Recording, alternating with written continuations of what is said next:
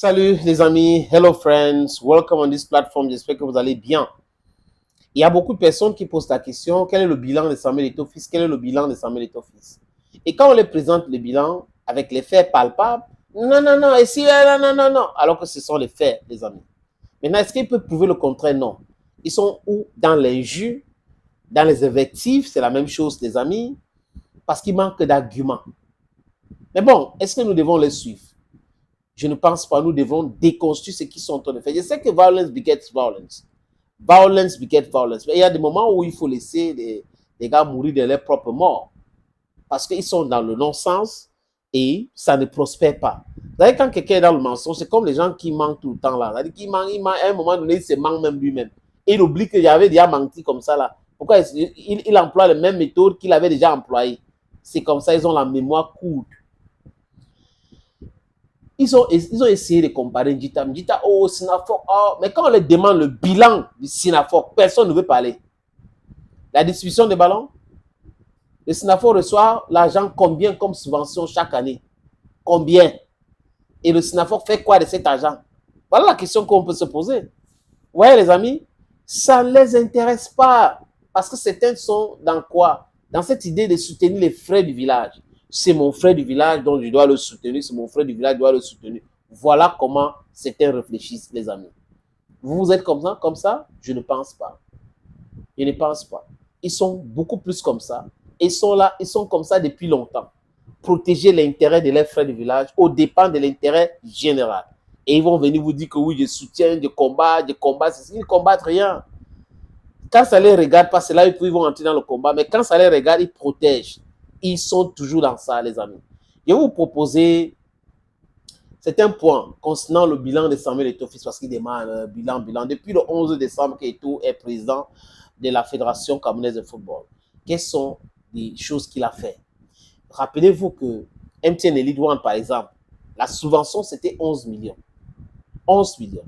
Et quand Eto'o arrive, c'est 48 millions. Vous voyez que la guerre autour, on n'a pas reçu notre argent de subvention, c'est passé président mercenaire qui compte uniquement sur les 48 millions là pour faire tourner le club. Donc, ils n'ont pas d'autres sources de revenus, mais ils sont des présidents des clubs. Donc, c'est la subvention qui va faire tourner le club. Alors que le football, c'est aussi le business. Bon, bref, parlons de cela. C'est passé de 11 à 48 millions de francs CFA. Qui a fait ça avant lui? C'est Eto'o. Et la subvention au club de MTN Elite 2, qui est passé de 7 millions à 14 millions de francs CFA. Les amis, le prix de champion de première division au Cameroun, c'était à 20 millions.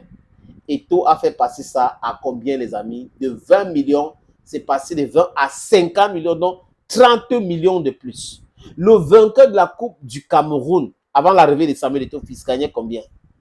10 millions. Quand on a joué là, c'était 10 millions. Aujourd'hui, c'est combien? 25 millions. 1, 2, 5. 25 millions. Ils ne sont pas contents. Les joueurs sont très contents. Les gens qui ne sont pas contents, c'est des présidents mercenaires. Mais des vrais présidents de clubs sont très contents, les amis. Autre chose, le salaire des joueurs a été fixé à 200 000. Et des vrais présidents qui ont de bons projets de football payent ce salaire-là. Vous avez le salaire des joueuses qui était 25 000 et parfois niant, qui est passé de 25 000 à 50 000 francs CFA à l'heure où je vous parle, les amis. Avant l'arrivée de Samuel Eto'o-Fils, l'indemnité de performance était zéro. Après son arrivée, c'est passé de combien? 1 500 000 francs CFA. Concernant les Lions indomptables, le prime du mondial 2014, par exemple, était à 45 millions. Mais depuis qu'Eto'o est là, c'est passé de 45 millions à 60 millions. Vous pensez que c'est un fonctionnaire qui jouissait avec tout ça là. Ils peuvent aimer, ils ne peuvent pas aimer. Vous avez aussi les différentes innovations, les amis. On a le ballon d'or, on a le trophée de champion, on a le trophée de région, naissance de la Coupe du Cameroun de dames, qui n'existait pas. Vous avez en termes d'infrastructure la construction du stade municipal de Bamenda, construction de stade municipal, pas stade municipal, stade de proximité de Bamenda, Proximity Stadium of Bamenda. Vous avez le Proximity Stadium of Kusuri, par l'achèvement du centre technique de l'Africa Food. construction de l'hôtel. On a présenté ça ici dans d'autres podcasts. Vous avez la réhabilitation du centre d'excellence de la CAF, la relance des chantiers du siège de l'Africa Foot à Ouada. C'est lui qui est en train de... les gars, avec ça, vu la mort de Samuel Eto'o-Fils, parce qu'ils ont perdu leur rétrocommission. Vous avez, en termes de sponsors, beaucoup de sociétés sponsorisent maintenant le football local et l'équipe nationale. Beaucoup. À l'instar de MTN, par exemple. Vous avez aussi, les amis, la gestion du personnel.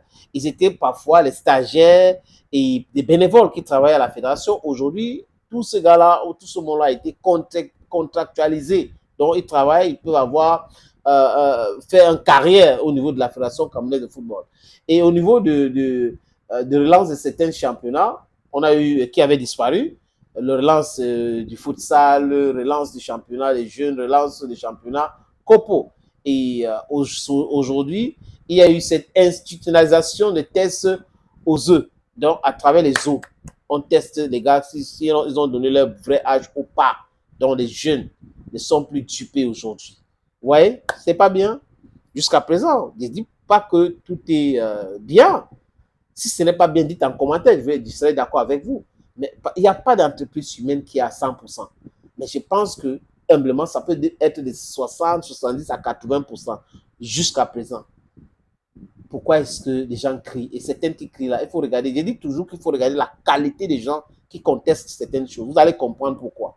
Les gens, pour la plupart qui contestent la gestion des Eto'o, contestent ça uniquement parce que leur intérêt est en danger. Parce que les histoires de rétrocommission, l'argent qu'ils devraient gagner est en danger. Donc, du coup, ils contestent. C'est des égoïstes. Thank you, friends. Bye bye.